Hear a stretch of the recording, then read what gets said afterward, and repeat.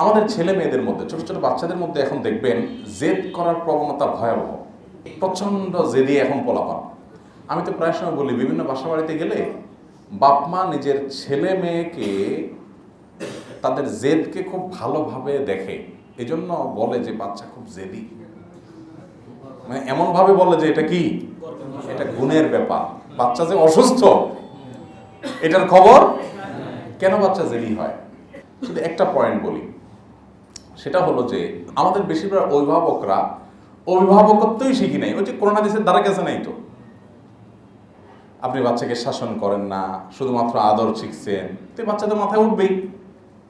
এবং একইভাবে শরিয়া আপনাকে যে নীতিমালা দিয়েছে সেগুলো দ্বারা গেছে আপনি নাই, তো বাচ্চা তো মানুষ হবেই। বাচ্চারা সারাদিন মোবাইল দিয়ে রাখেন। এখন এখানে যদি জরিপ চালানো হয় 80% মানুষ ধরা খেয়ে যাবে যে মোবাইল দিয়ে বাচ্চাকে খানা খাওয়ান। আমার বাসা বাচ্চাকে মোবাইল দিয়ে খানা খাওয়ায় না, আলহামদুলিল্লাহ। বাচ্চা যদি কখনো বলে মোবাইল দিলে খাবো, তো আমার বাসা থেকে সাপ বলে দেওয়া হয়, তোমার খাওয়ার কোনো প্রয়োজন নেই। তোমার মতো বাচ্চা 2-4 দিন না খেলে আমার কিচ্ছু আসে যায়, আর তুমি মরবা না, টেনশন নেই। 10-20 দিন না খাইলেও মরবা না, মরণ এত সোজা না, মানুষ খুব শক্তিশালী প্রাণী। অতএব বাচ্চা না খাইলে মরে যাবে না, কিন্তু ওকে মরে যাবে ভয়ে করে যেটা হাতে তুলে দিচ্ছেন এটা ওরা ধ্বংস করে দিচ্ছে। দেখুন ম্যাক্সিমাম বাচ্চা এখন কি ক্রেজি। আচ্ছা, আমাদের বয়সের যারা আছেন, মানে 40-45 পার হয়েছেন যারা, 40 পার হয়েছেন যারা, এই বয়সে যারা আছেন এখানে, আরো যারা বাবা বয়সী মুরব্বীরা যারা আছেন, আপনারা একটু আপনাদের শৈশবে চলে যান তো।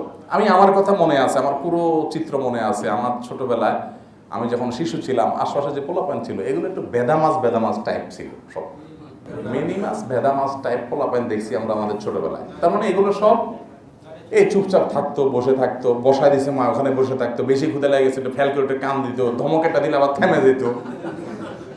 হ্যাঁ, মিনি মাছ টাইপের না? আমরা আমাদের শিশুবেলায় সব বাচ্চা কাছে এরকমই দেখছি অলমোস্ট।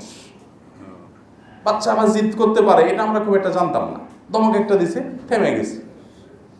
বয়ের ঠেলা, আপনার বাইরে একটু বেশি খেলাধুলা হয়ে গেছে, যখন শৈশবে কৈশোরে চলে যাচ্ছি তখন এবার ঘরে চারপাশে ঘুরতাম মায়ের ভয়ে, যে আজকে মায়ের তো একটাও নিচে নেই, ঝুলাইয়া পিটানি হবে। আর এখন বাচ্চাদের অবস্থা কি বলে? আপনি কোনো বাসা যদি বেড়াতে যান আর পিচ্ছি যদি 3-4 বছরের একটা থাকে, দেখবেন ঢোকার পরে আঙ্কেল তাক করবে পিস্তল, পোলাপান এরকম হয়ে যায় না? ওইটাই তার খেলা, যে বাসায় একজন আঙ্কেল বেড়াইতে আসছে নতুন, ওই আঙ্কেলের দিকে পিস্তল। কোত্থেকে আসছে এগুলো জানেন? এই মোবাইল থেকে এবং টেলিভিশন স্ক্রিন থেকে। ও সারাদিন কি দেখে বাচ্চা বলুন তো? কার্টুন দেখে। কার্টুনে কি দেখানো হয়? মারামারি, কাটাকাটি। গেমস খেলে সারাদিন, তাই না? গেমসে কি দেখে? সামনে যেটা আসে এগুলো শেষ করে ফেলা, ঠুস করে সব শেষ করে ফেলা। তো ওই বেচারা মারার জন্য তো অফলাইনে এসে আর কিছু পায় না, এবার বাপারে মারে, মায়েরে মারে, আঙ্কেলরে মারে, ভাইরে মারে, দাদারে মারে। অনেক মুরব্বীরা আছে এখন, ছোট ছোট বাচ্চারা ভয় পায়।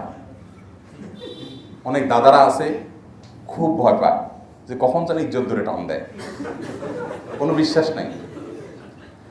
এই রোগ, বাচ্চারা যে ক্রেজি হচ্ছে, যে পাগল কিসিমের হয়ে যাচ্ছে, এগুলো হাতে ধরে আমরা বানাচ্ছি না? আল্লাহ তাআলা আমাদেরকে হেদায়েত দান করুন। আমাদের বাচ্চাদেরকে বাঁচাবার জন্য আমাদেরকে একটু সতর্ক হতে হবে। বাচ্চার হাতে মোবাইল দেওয়া যাবে না, মোবাইল দেওয়া যাবে না। এবং বাচ্চাকে মোবাইল দিবেন না, গেমস দিবেন না, ভিডিও দেখতে দিবেন না। এটার জন্য আগে আপনাকে মানুষ হইতে হবে।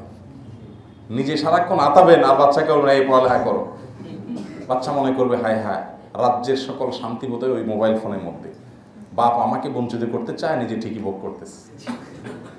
এই জন্য সে আপনার কথা শুনবে না। আপনি নিজেকে কন্ট্রোল করতে হবে। আমরা সব এখন ডাইরেক্ট হয়ে গেছি। ডাইরেক্ট হওয়া বুঝেন?